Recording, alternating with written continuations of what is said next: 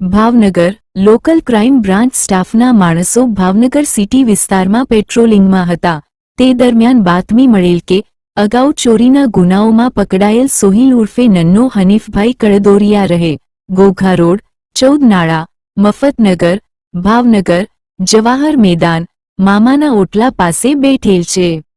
જેની પાસે રોકડા રૂપિયા છે જે તેણે ક્યાંકથી ચોરી અગર તો છળ કપટથી મેળવેલ હોવાની શંકા છે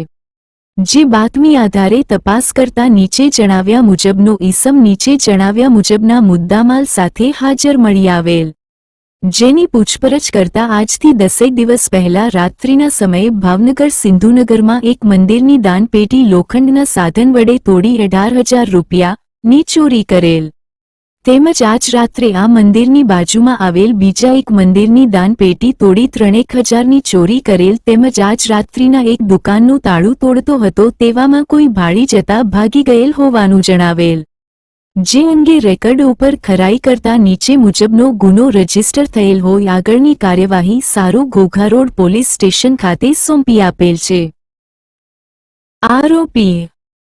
સોહિલ ઉર્ફે નન્નો હનીફભાઈ ઈસાભાઈ કળદોરિયા ઓવર 24 રહે ઘોઘા રોડ 14 નાળા પાસે મફતનગર ભાવનગર।